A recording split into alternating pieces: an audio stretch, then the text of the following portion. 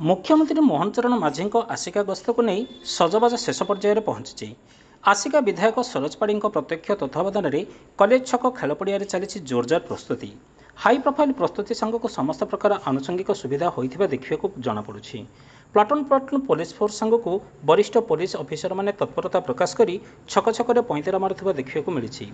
SDPO संतोष जेना तत्वावधान में स्थानीय पुलिस प्रशासन संपूर्ण सजग रही। स्थानीय तहसिलदार बीडीओ समस्त कार्य तदारख करुवा बेले मुख्यमंत्री गस्त सुचारू रूपे संपादन करने स्थानीय बीजेपी कर्मकर्ता माने उत्साह सहकारे काम करुवा देखा मिली।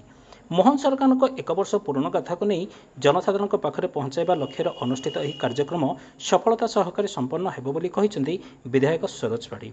समस्त लाइन विभागीय अधिकारी माने उपस्थित रही निज निजर कर्तव्य संपादन करुवा देखा मिली। युवनेता तथा विधायक प्रतिनिधि संगीत पाढ़ी, संदीप पाढ़ी, वरिष्ठ समाजसेवी भगवान साहू, शिवशंकर नायक, विजय स्वाई प्रमुख उपस्थित रही परुखुवा देखा मिली।